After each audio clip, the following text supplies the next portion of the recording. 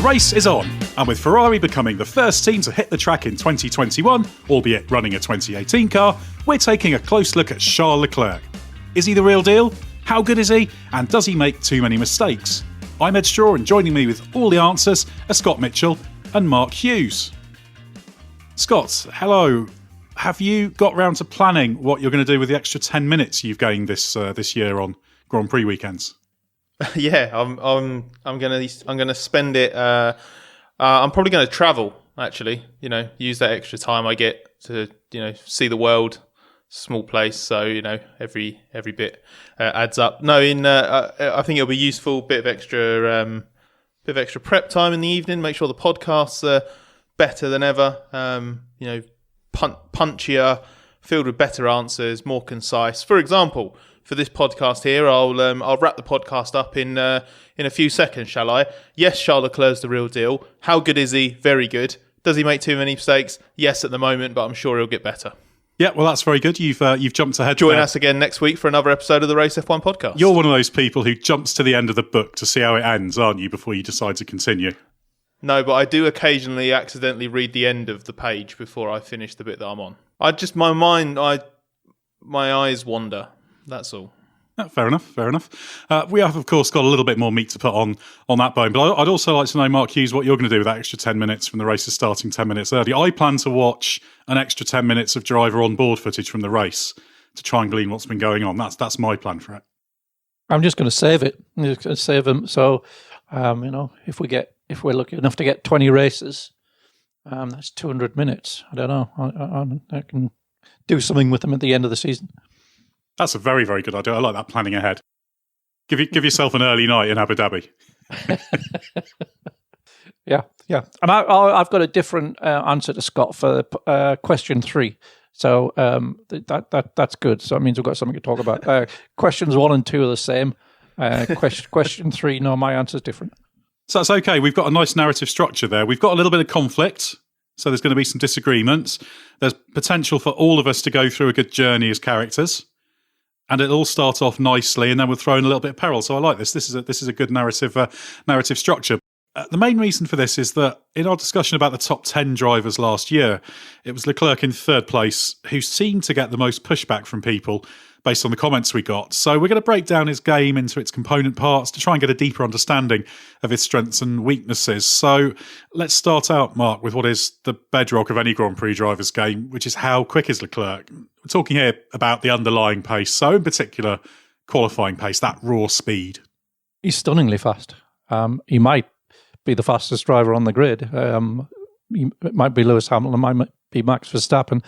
I don't think you could definitely say one of those is quicker than the other two. It would just depend upon the day and the circumstances, but he's one of the 3 guys I would say that is capable of being the absolute outright quickest over a lap. And some of his performances last year in a less than great car were mind-blowing in qualifying. I'm thinking of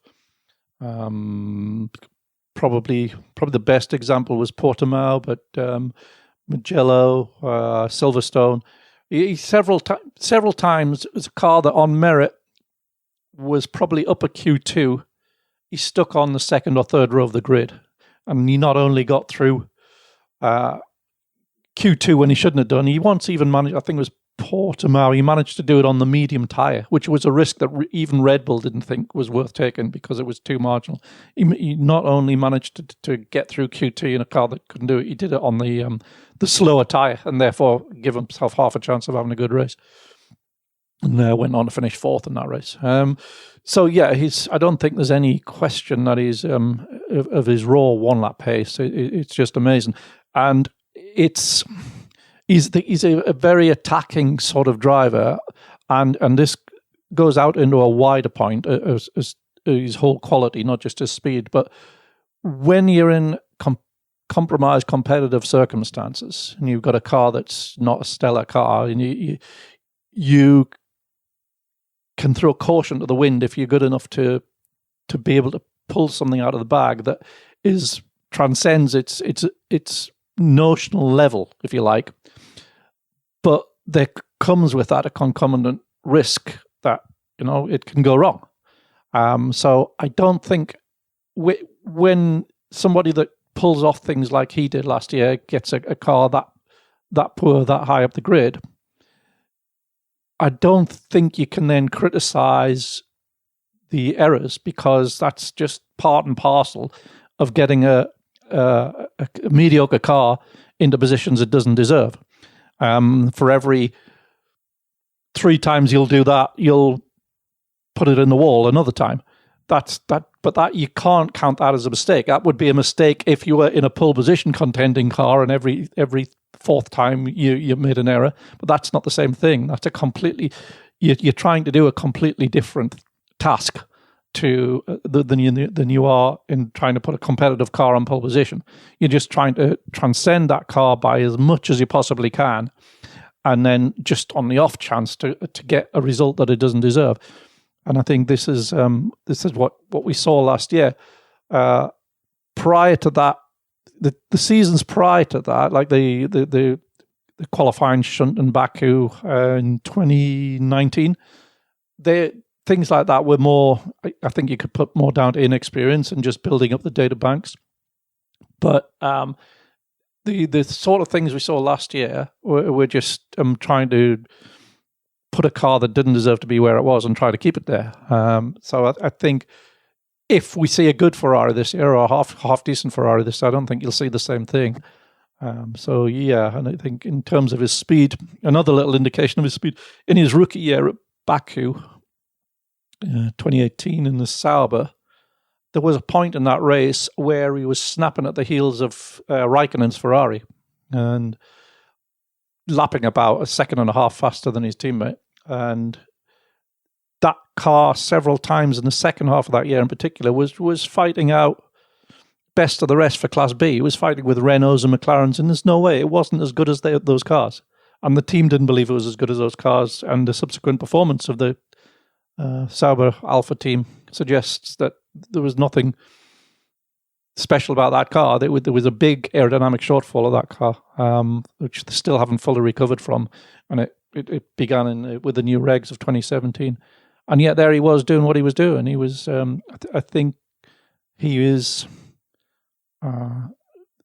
in terms of his peak stuff, the fastest stuff, I think he's astonishing. I think if we ever get to see him in a full season alongside Max Verstappen and Lewis Hamilton in equally competitive cars, I think we're going to have one of the most exciting seasons we've ever seen. Interlagos Q2 in 2018 was a really memorable one as well in the Sauber. Remember when there was a bit of rain about and everyone else had pretty much accepted they couldn't improve, and he managed to get himself into Q3 with a mega lap. And the Singapore pole lap the year after as well. That's a proper live wire on the edge lap. 2 or 3 really sort of big moments in between the walls with the rear being out. I'm probably a tiny bit less forgiving than you on the mistakes, because I think the measure of the great drivers is that they can live on that knife edge with a low strike rate of errors. Leclerc was a little bit high on that for me last year, but I do also accept broadly your point. So I'm more just sort of a little bit away from your position, but not quite as far as completely disagreeing, because yeah, you're right in that he's trying to reach in for those impossible performances when you're on that kind of knife edge peak of potential. What I'm taking from that is that Ed thinks Mark's an idiot. Oh, I think that still, but just on that point, I'm not completely the opposite end of the spectrum. Yeah, I don't know. I don't think there's a middle ground really to occupy between your positions there, because I think you are basically like one tiny iteration removed from from one another on where Charles' mistakes were. The thing that impresses me with his speed is that how he has learned to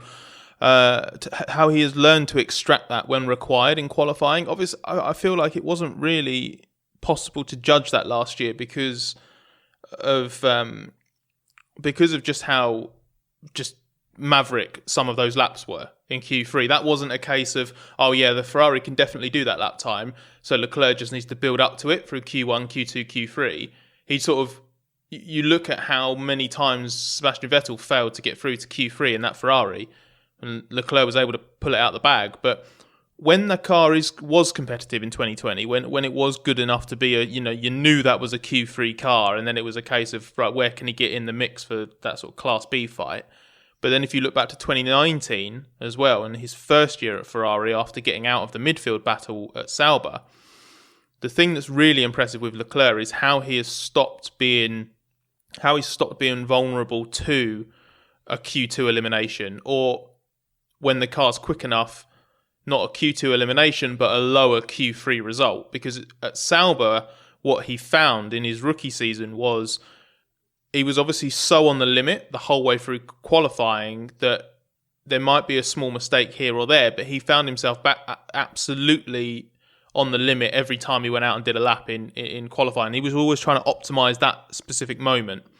And sometimes that manifested itself in a brilliant qualifying result, and sometimes it manifested itself in Leclerc actually not doing better in the next segment than he had done in the segment he'd just qualified from. And when he went into 2019 with Ferrari, that was one of the big weaknesses, was he had one of the worst records in terms of his qualifying laps versus his theoretical bests from a session. And through the first part of 2019, I think it was especially after. Do you remember Canada 2019? Vettel did that pole lap, and I think Leclerc just wasn't on Seb's level that weekend. From then on, I think Charles realised that it was Q3 was the goal, and it was getting everything right for that lap in Q3, and it was a very subtle change, but it just meant that he's talked about this before. If there's a compromise to be had in Q1 because you're anticipating the track evolution through Q1, Q2 and Q3, he was willing to make that. He was willing to accept that compromise. It's a little bit of the Max Verstappen in sort of 2017, 2018. It's not about being the quickest in every session. It's about doing what you need to do to get to the end point. And I think this has now manifested itself in just Leclerc being just such an ultra dependable qualifying asset. I don't have any doubt now about Leclerc going into a qualifying session and getting the most out of the car. And obviously in the first half of his first Ferrari season, that was obviously very much still there because he was still very inexperienced. I feel like now, not only is he prodigiously quick and capable of these crazy laps, he's rationalizing it, and he is putting everything into place to allow that lap to happen. So it almost seems like these laps come out of nowhere, and actually Leclerc is subtly putting the building blocks in place to make it possible. Yeah, I think that the point you make about the really focusing on the significance of Q3, particularly when you're a driver expecting to battle at the front, that's absolutely critical. Sometimes people ask us why we put so much emphasis on qualifying pace, but the days where you can qualify 14th and have a good race setup and come through, they've gone. You can only do that in exceptional circumstances. They're outside of your control usually. So that is lap zero of the race, and it sets you up for the race that is to come, which is why it's so important and why this fundamental pace is so significant. If we just evolve in our discussion into racecraft, because this does touch on the question of errors. So racecraft, Scott, we're looking at as delivering that speed over race distances, consistency, tyre management. And there is this question of the mistakes, because the 5 big errors he made last year, there were 3 of them on the opening lap. So that was Styria, the collision with Vettel, clobbering Lance Stroll at Sochi, and harpooning Sergio Perez and Sakir. Obviously, Perez went on to win in that one, so in a way, he gave him a bit of a helping hand and put him on the right strategy in a very tangential way. And then, of course, there was the crash at Monza when he lost it at the Parabolica. And there was also the mistake he made at the last lap at Turkey, dropping from second to fourth. So we're talking here about not so much the mistakes made trying to deliver an on-the-edge qualifying lap, but particularly on a first lap of a race or trying to hold an advantageous position like Monza. He was up the order higher than he should have been because of the timing of the yellow flag, the caution period, because of course he caused the red flag. So, Scott, how do you balance all of those things up in the Leclerc equation? Well, the first thing I would say is that when we're talking about a lot of these errors, we're talking about really, really small misjudgments that have big consequences. So it's not that he is this chaotic driver or a driver who lives on the edge and spills over it dramatically.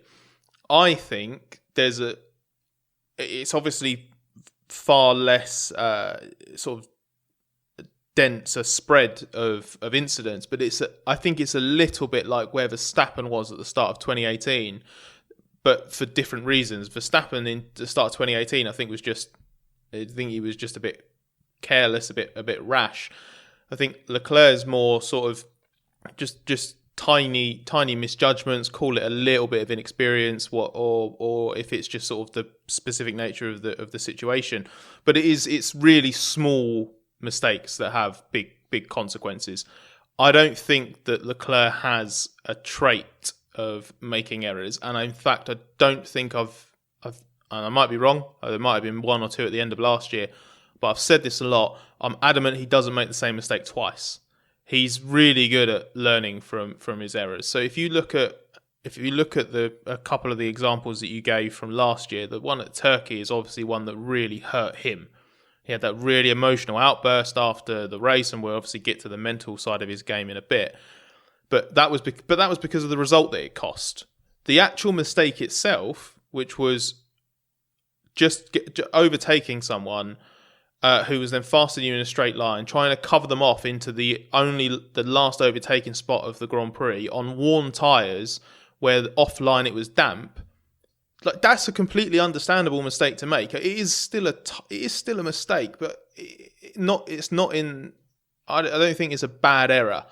So I thought he was actually quite harsh on himself there, especially because everything that preceded that error that cost him that podium was indicative of someone with tremendously good racecraft. His Turkish Grand Prix was magnificent. The way, especially once he sort of worked through the early stages and sort of got into a position where the tyre temperature was there and he had the confidence, he was absolutely brilliant in that race. So that's more indicative of Leclerc's racecraft. I think the mistakes are exactly as I've said before, just really small ones, like the start of the Japanese Grand Prix in 2019 where he collided with Max Verstappen. All that was carrying a slight tiny misjudgment into turn one, and not quite expecting the front to wash out as much as it did, having a tiny bit of understeer between the two corners, and then clipping Verstappen, and obviously paying the price for it. But how many times have we seen an error like that? That's not indicative of a driver who's out of control, and that is the difference between when Leclerc occasionally makes these high-profile errors or misjudgments versus, say, a sequence of mistakes like we saw from Verstappen at the start of 2018. Similar sort of outcome, similar in terms of it being small things that have big consequences, but different levels of whether it's out because a driver's out of control and whether a driver is just making a tiny misjudgment that they will then learn from and not repeat in the future. Yeah, I think it's just an extension of the same thing we were talking about in qualifying. I think he's trying to do things and grab results that it's not the car's natural position. So yeah, obviously, it's not always going to work. So if you take that Turkey incident on the last lap, yeah, he could have just sat behind Perez and finished third. Is that better? It's a better result, but is that better than trying to get second and just not quite managing it on a really, really marginal maneuver, because that's the only possible way that he might get second and finishing fourth? I would argue I'd rather see the driver try for the second place than just sit there and accept the third. I think that's a better racing driver in the round. On that day, it worked against him, but I think that attitude, when he gets the proper equipment, will serve him better than the type of attitude that would have just sat him there in third place. And I think that's what I mean by you got to look at it in the round. It's not, you can't just isolate and say too many errors. You've got to say, what were the circumstances in which those errors were made? What were the competitive circumstances, and what was the thought process and the attitude behind them, and how will that all translate when you give them the car that you should have? And so, I don't look on those as, yes, they're misjudgments, but they're misjudgments that he forced himself. He put himself in a position where he had to make those judgments, whereas he could have just not have done that and just settled for something less. And I don't think that's personally, I don't think that's a better racing driver. I think that's a worse racing driver that would make that decision. That's true, but in the Turkey situation, the best racing driver is the one who pulls off the move for second. But it may not have been possible to do it. That might literally have been an impossible maneuver to do. And it's so on the edge that you can't tell in advance. Sometimes you can. Sometimes it's obvious it's going to work, and sometimes it's obvious it's not. When it's obvious it's not, you don't do it. And when it's obvious you can, you do. But sometimes when it's marginal and there is a result there to be had, if you can pull it off, then the top driver should. The top driver should always go for it. And I think the point that I was trying to make before about not making the same mistake twice, and I think that is an extension of racecraft, because it means that if Leclerc finds himself in a situation to get that situation again, who knows, maybe he goes into that final corner thing, if he's got ahead of Perez but Perez is coming back at him, maybe he just sticks on the racing line next time. I would back him to do that, rather and make Perez go offline onto the damp stuff. It's really easy to say in hindsight, I can't believe he went offline, that's really bad driving because it was damp there. But there was an element of grip even on the damp stuff because they were still on intermediate tyres. So I think we're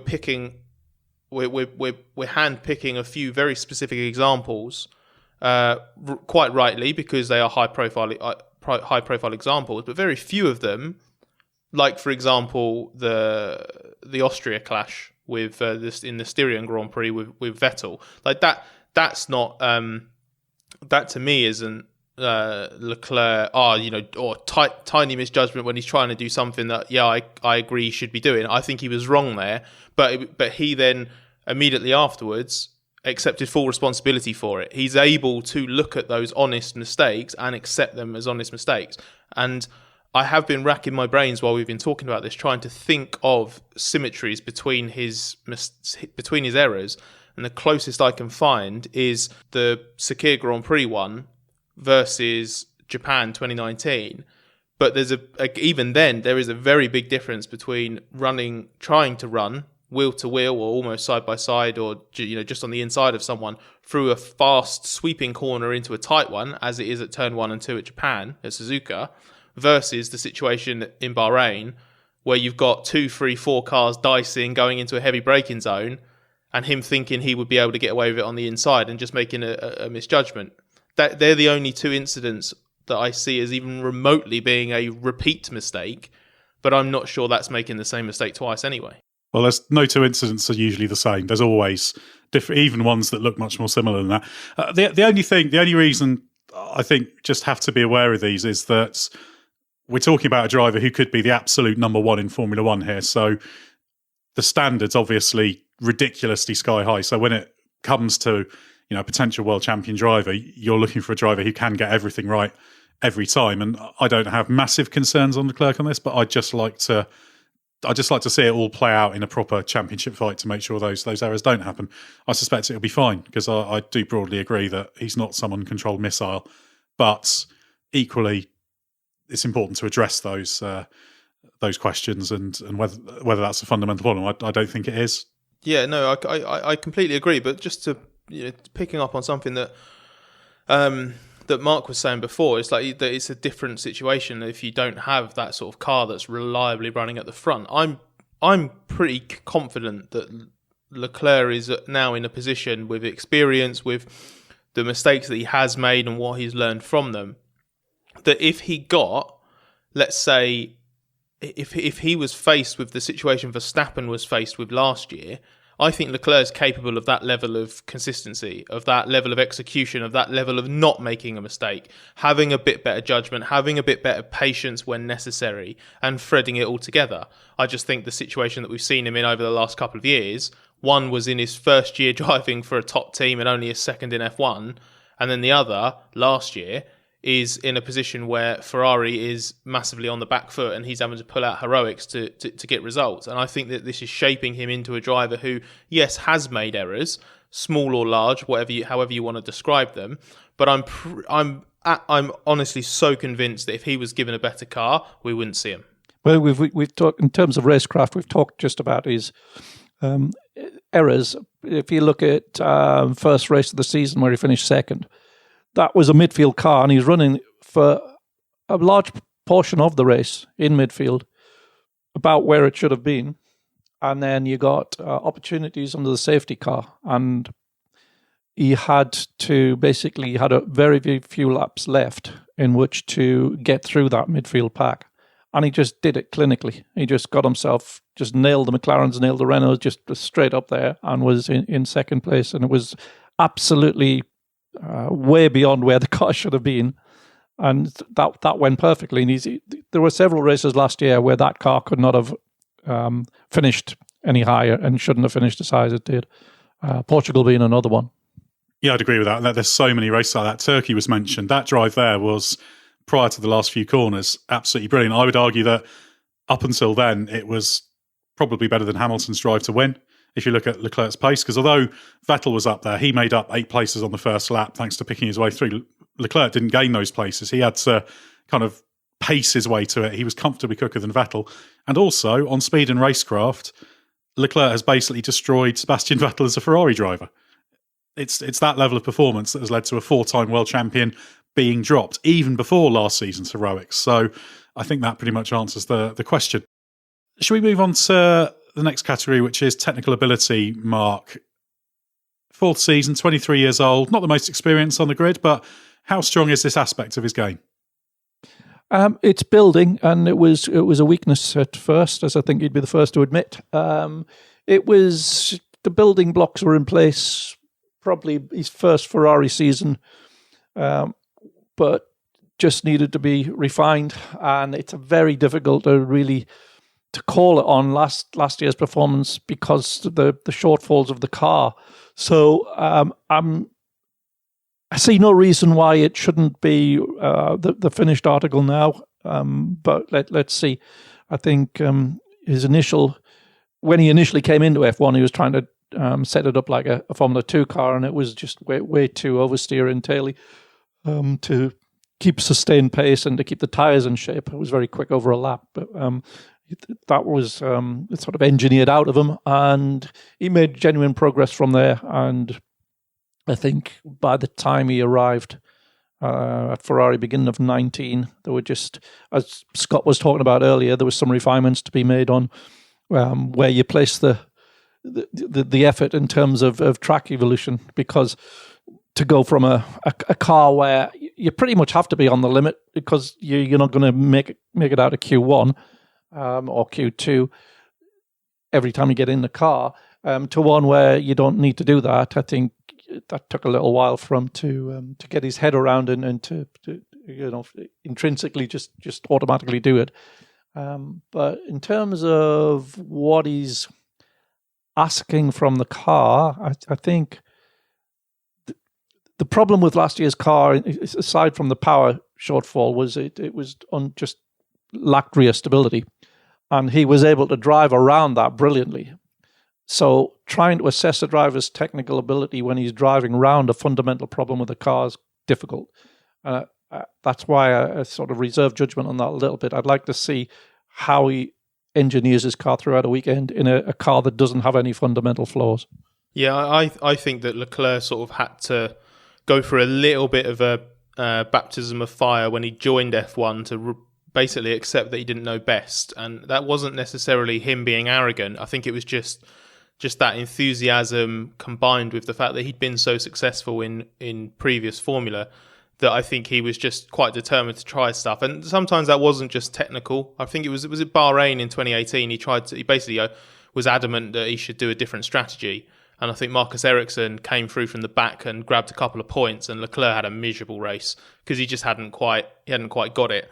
And I know when he joined Ferrari, I think he was very, very respectful of the depth of knowledge and the size of the operation. I think, obviously Sauber was not a small team, but compared to Ferrari it was. And when he was then properly immersed at Ferrari, I think he was like, okay, wow, there's a lot going on here, and it's going to take me quite a while to get my head around what works. And I think that's where he would have found an awful amount of benefit just observing Seb and just sort of leaning on Seb a little bit. And I think we saw it manifest itself in his tyre management in the second half of 2019. There was an initial step there, but then in 2019, I think he felt that tyre management was a big step. And I know that sort of bridges the realms of racecraft and technical ability.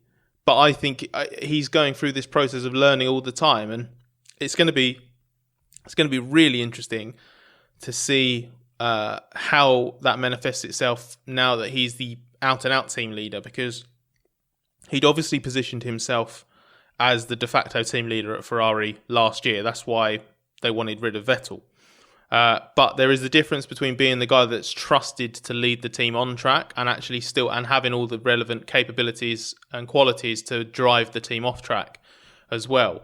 And someone like Sainz coming in, who has experience of different teams, he's very, very invested in the off track side of the job, and knows a little bit about the other power units, that kind of thing. It's just going to be really interesting to see how that balance plays out. I'd like to think that in his third year with Ferrari, Leclerc's going to have a lot to offer, and maybe he's going to start to sort of take the lead a little bit more. The car's going to be developed more around him. Obviously, 2022 is a completely different car entirely. So I think the next 12 months are going to be really interesting. I think this is probably the category in which there is most room for evolution, because this is probably the area in which he is still doing a reasonable amount of learning on the job. And we can also say that technical ability, it's confirmed that it's evolving by the fact that Ferrari was willing to dispense with Vettel, because Vettel is good on that side of things. Okay, we know he's a little bit narrow in his operating window and what he's trying to achieve, but he's a hard worker. He works closely with the team. So they were quite happy to relinquish that even before Leclerc had turned a wheel in anger last season, which again speaks volumes. And I always, you want to see with drivers that methodical approach, that understanding that they need to be kind of across everything. We often talk about Lewis Hamilton in these terms of how important it is that he's not just quick and a good racer, but he does everything off track as well, leaves no stone unturned, and that's something he's really learned to do brilliantly over the years. So that's what we're kind of looking for Leclerc to refine. But I think like Mark, I do agree that we've yet to see that completely proven out just through circumstances of what Ferrari's offered him.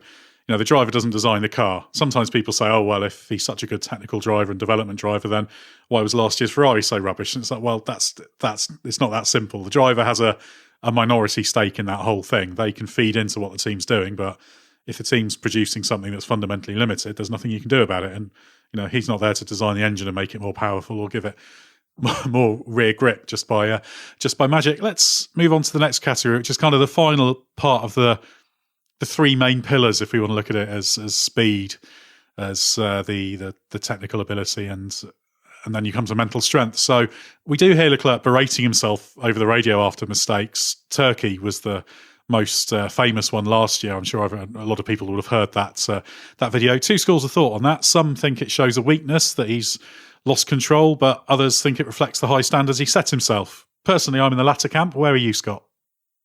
I think there's a third element of it, which is that it can be a strength. It's not necessarily just that it's indicative of high standards. I think it's a way for him to what's the word I'm looking for? Well, I'd argue that is a strength as well. But it's a way, it's a way for him to channel it. So I think that becomes a strength as long as it doesn't go too far. So we've seen this for quite a while now, right back to even before his F1 days. Leclerc was extremely hard on himself. You often hear drivers talk about themselves as their biggest critics. No driver, I don't think, admonishes themselves quite like Charles Leclerc. So I think when Leclerc says he's his own biggest critic, he's 100% telling the truth there, because I don't think anyone could possibly ever talk to Charles the way that he talks to himself over the radio. And I think that it's a little bit like when, you know, let's take another sport, for example, tennis. When a tennis player, you know, is screaming after missing a match point, or, you know, hitting it straight into the net, or failing to return a serve or whatever. I remember seeing this and hearing this, you know, a few years ago with Andy Murray, for example. There's always question marks over his temperament. You know, he's just, all he does is, why does he shout and moan? It shows that he's not in control. Well, actually, that's not necessarily true. A driver, a sportsman, whatever they're doing, needs to have an outlet for the frustration that builds up, because they're only human. It shows how much they care. It shows what they consider to be an acceptable level of performance. I think the problem when it gets too far is when they get so worked up in the moment about it that they make mistakes. That's a problem of temperament. That's a problem of emotional control. An outburst after the fact isn't necessarily linked to them being out of control in the moment. So you can be angry about something, and that doesn't mean that that's the reason you've got something to be angry about, if that makes sense. So when Leclerc does it, I think he's just venting. I think he's so determined to get everything right. I think he's got such a good idea of what's good enough, and I think he's definitely one of those drivers, one of those people who doesn't believe that good enough is good enough. It always has to be at the highest level possible. So Turkey was because he was massively frustrated, because it wasn't just that he'd botched his move for second place, or thrown away, turning third into second. He cost himself an outright podium and fallen to fourth. So he was massively, massively frustrated. What do you want the driver to do in that situation? Radio over to the team and say, doesn't matter. We'll try another time. Even the likes of Daniel Ricciardo, who's as laid back as a deck chair sometimes in high pressure situations, he's lost control. Was it Austin or Mexico in 2018? Austin. I think, didn't he put his foot or fist through the driver's wall, or his wall in his driver's room, or something like that? So it happens all the time. Look at Lewis Hamilton having that massive outburst in Russia when he felt that those penalties last year were against him and that they were unfair. He could not let that go. The race went away from him. He was really frustrated. It's a sign of passion, and it is a sign of work ethic and high standards and all of this. So I'm not sure it's as simple as it just being a weakness, or it just shows that he's got high standards. I think it's quite complicated. I think it can be a strength as long as he uses it to improve the next time. Yeah, I'd agree. It's just desire, and apart from the ability to physically drive the car and a psychological makeup to control your passion, your ability, that desire is just absolutely as important as in determining the full package of the driver. And an emotion it can be a dangerous thing in the car. It can lead to mistakes, but if you have proper control of it, it can also be used as a driving force. And I think Charles is very passionate and does use emotion to drive them forward and to fuel some of his performances and the way he stretches out himself. And when he makes a mistake, it's just a frustration. It's coming out after the moment, and it, as I say, as Scott was saying, it's to do with taking that pain on board after you've released it and remembering it and funding it into your next time in the car. So I don't see it as a weakness at all. I think if you look at a few very extreme examples, but if you look at the times in which Leclerc's had to handle tragedy in his life and how that has then how he has then performed around that, I think that's an example of what level of mental strength he has. As a young man, to lose, first of all, his mentor and a long-term friend in someone like Jules Bianchi. He lost his father as well. I think it was ahead of the Baku F2 race, wasn't it? And then obviously with was it Antoine Hubert, I think, as well. So constantly around these things, these events take an enormous mental toll on people. You can losing one person that's close to you is hard enough. Losing more than that, I don't want any driver to have to go through that test to prove their mental resilience. The fact that Leclerc's gone through it 3 times, and he's also won in incredibly high pressure situations as well, like his 2 wins, for example, coming under enormous pressure. And there's no greater pressure than leading the world champion, driving for Ferrari in your first Italian Grand Prix as a Ferrari driver. There are fewer higher stakes moments in Grand Prix racing than that. So I think when it matters, Leclerc's got exactly the right temperament that you need from a Grand Prix driver. I'd agree completely with that. I don't think there's any point you can indicate and say that's where he's lost control or emotions got the better of him. And the whole point, the reason why I see the high standards as such a strength is because while all the drivers on the grid have worked very hard to get there. They're very dedicated. They're operating at a very high level. There are drivers who give themselves an easy ride. Sometimes you hear them talk about it after the race. They'll say, well, yeah, that was about as good as we could have done. You think, well, actually, no, looking at that race, it's clearly obvious you could have been a couple of places higher if you'd done that right. And it frustrates me when you see the drivers who seem to kind of give themselves that leeway. Sometimes it's just them being positive in public, but often it reflects a driver who, for whatever reason, can't quite to get to the very, very top level. They're the kind of driver who will, in a season, have half a dozen really strong weekends, but then there'll be other ones where they're not doing that because they don't drive themselves on. And as long as it doesn't become damaging, that you're sort of pushing yourself unrealistically hard, then that's always going to help drivers. You see this in all the very, very best. Final question mark on Leclerc. Hypothetical one, really, but it's taking everything we've discussed and putting it into a made up situation, if you like. But we haven't seen Leclerc in a World Championship fight in F1.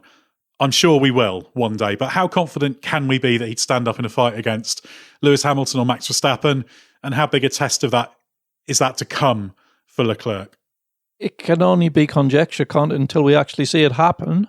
But I've seen nothing to suggest that he wouldn't be up to that task. Nothing at all. I think he'd absolutely go toe-to-toe with either of those guys. And it would be fascinating to see. Yeah, it's interesting when you try and extrapolate drivers out. Sometimes there's cases of drivers who you expect improvements in key areas. Bottas is an interesting example because when he was at Williams, there were concerns about sometimes his feistiness on the cut and thrust of the first lap, occasionally about the tyre management, but at the time, I remember thinking that'll all come. But actually, once he was in Mercedes and up against Hamilton, he's very good in those areas, it hasn't quite come. But then I look at Leclerc and I don't see quite such big question marks. Yes, we've seen him at the front. Obviously, with Williams, Bottas was never quite P1, although he was thereabouts in 2014 in particular. So, yeah, you don't see any little cracks to be opened. It would have to be some new weaknesses, I think, or weaknesses that haven't been tested at all that would have to then crack under what is the absolute ultimate pressure. How about you, Scott? This championship in your head, is Leclerc able to win it? Yeah, he is. I've yet to see him face a situation he can't get on top of, whether that is through junior categories and obviously in his F1 career so far. I think he's proven from his very first season in Formula One that he's capable of very special things, and every year he smooths out the remaining and very, very small rough edges, becomes a more complete driver. Put it another way, his ability and his qualities as a driver is not what's going to stop him from winning a world championship in the next couple of years. Yeah, and he'll get a chance eventually. I'm sure he will, just as Max Verstappen will. Wouldn't it be brilliant if all three of those, Hamilton, Verstappen and Leclerc, who I think you can make a very strong case of the three strongest drivers in F1 currently. Obviously, Daniel Ricciardo's kind of hanging on in there as a very, very high-level driver, and Fernando Alonso returning might have a little bit to say about that, but he's been on the F1 sidelines for the last couple of years. But that would just be such a great battle to see. But I think we've probably explained why we have been so impressed by Leclerc over recent years and why we had him third in our collective rankings. I think he was third in all our individual rankings when we worked them out for last year, and who knows what he can do this year. Shall we round off the podcast in the traditional way that we've recently revived, provided Scott has done some work on it? Scott's People, I think I did see some Twitter activity. Yeah, I have done some work on it. The people have spoken. I've had more than 50 responses, totaling about 1,500 words. I've added every single one that I've had up until the point of recording to a little Google Doc. I won't be able to run through every single submission, otherwise we'll double the length of the podcast. But if people need reminding, the question I asked on the last podcast and then subsequently on Twitter was that if you could basically sit down and do the ghost writing for any racing personality's autobiography, who would it be and why? And we talked a bit about it, didn't we, on the last at the end of the last podcast. So Ed, you'll be delighted because I think you had a trio of supporters for Heinz-Harald Frentzen. Ansi Rulamo, the Twitter user Air Laurence, and Marcio Chalves. I'm very bad at pronouncing these names because it's really difficult with Twitter usernames to work out where the first name ends. But I hope I've got that. So Ansi said that Frentzen, so much fascinating stuff. The early hype, 97 disappointment, 99 title bid, the sacking, relationship with Schumacher, his personality. Air Laurent said he would focus on 1999, and Marcia said he was so angry that Ed mentioned that his choice that he smacked the steering wheel of the car.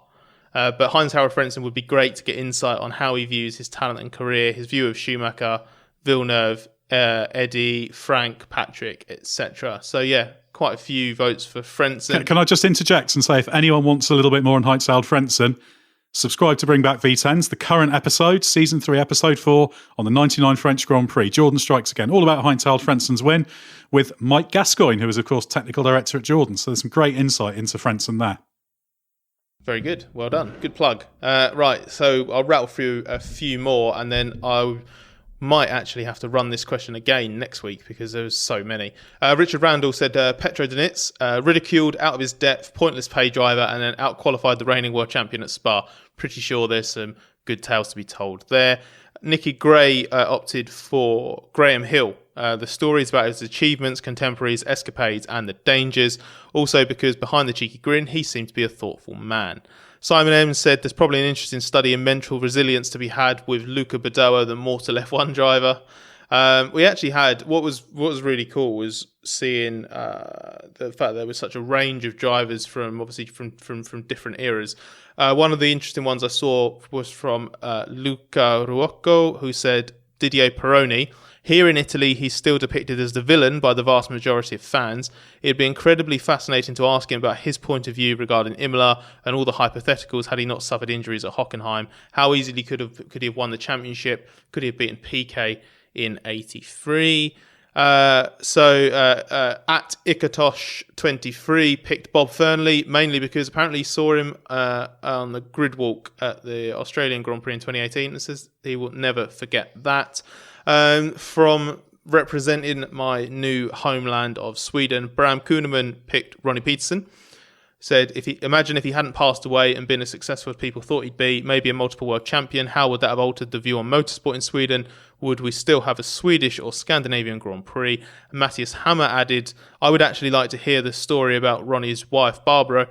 How was it to have your loved one race in the 70s? Obviously, her death, what was the actual reason for it? An interesting and tragic life. And then we had, I will finish up this run through with a couple more driver suggestions because two people, Christian Rose and Niall Boyle, picked Eddie Irvine. Christian said he'd be great in the clash with Senna, Ferrari, the 1999 season. And Niall said, abrasive, driven, and a terrific driver on his day. One of the last of the great F1 Mavericks for sure. And the last one that I'll include this week is from at Auto Tradition, who actually messaged me twice. Such was the determination that I wouldn't miss this. Picked Terry Fullerton, a British karting champion in 1973. Great insight on Senna and teaching karters today. Obviously, Fullerton probably gained most sort of recognition or prominence because of the Senna film, obviously being picked. I think that must have been the moment where Fullerton sort of became known to a slightly wider audience, at least, because he was picked as Senna picked him as sort of that was the great rival, because Senna was sort of like reminiscing about the brilliance of the karting days and the simplicity and authenticity of the racing, right? Yeah, he was a karting rival of Senna's. So yeah, that gave him a real boost. I imagine a lot of motorsport fans wouldn't have recognised the name, but it's relatively well known now as a result of that documentary. Yeah, exactly. So I think what I'll have to do, because I don't think I even got through half of the responses that time, and I got some really, really nice answers. So I might roll that one over to next week if that's okay. I know that, Ed, you didn't have a proper answer last week. Frentzen was just sort of a bit of or maybe. But have you given it any extra thought, or might you? You never know. Might you do your own autobiography? Are you that fascinated with yourself? Because obviously, as I think you saw, one of our Twitter followers, Jack, said that he'd ghostwrite Edd Straw's autobiography. So, well, I did reply to his tweet and said something along the lines of "good luck with making it interesting." But I think if I was to write my own autobiography, it would be great, because normally books take quite a lot of effort, but that could be over. That's a 8-9 pager, isn't it? So it's a short story. It's a short. It's basically, your autobiography is basically a haiku. Yeah, pretty much. So an easy task. Anyway, I think you'd have to get a lot of people's autobiographies written before mine was even getting onto the shortlist. So also, you, as a writer, you shouldn't need a ghostwriter, should you? You should be able to do it yourself. That's your job. That would be massive. It would be so lazy if it was like a 9-page autobiography and you're a journalist and you got someone else to do it for you. Yeah, there's actually a real art in ghostwriting, isn't there? Because I'm sure we've all done it when we've sometimes when you might get a first-person column written by a driver or some personality. Sometimes we'll end up ghostwriting them, and it's quite a challenge sometimes. And often it's quite a challenge based on who you're doing it with, because some of them are much more professional than others, should we say, in terms of trying to be interesting. But the ghostwriter's art is not a high-profile one by its very, very nature. But good for you, Scott, for popularising the idea. So well, thank you for everybody who submitted a suggestion. So feel free to continue to do so. Send me a tweet. I'm at smitchellf1 on Twitter, or just use the hashtag ScotsPeople. Occasionally I do search for it, and it does amuse me greatly when I see that there are actually tweets on there. Excellent. Well done for looking after your people for the second time in 2 weeks. That's an impressive strike rate for the off season. Thanks very much, Scott and Mark, for your insights. Hopefully we've been able to give people a little bit of an idea of why we rate Charles Leclerc so highly. Do head to therace.com and don't forget the hyphen, as I always say. Plenty to read on there. If you haven't already subscribed to this podcast, please do so. And of course, bring back V10s, which I mentioned earlier. Season 3 of that is in full swing. And also check out our YouTube channel. Just search for The Race. Thanks for listening. We'll be back soon with another episode of the Race F1 podcast.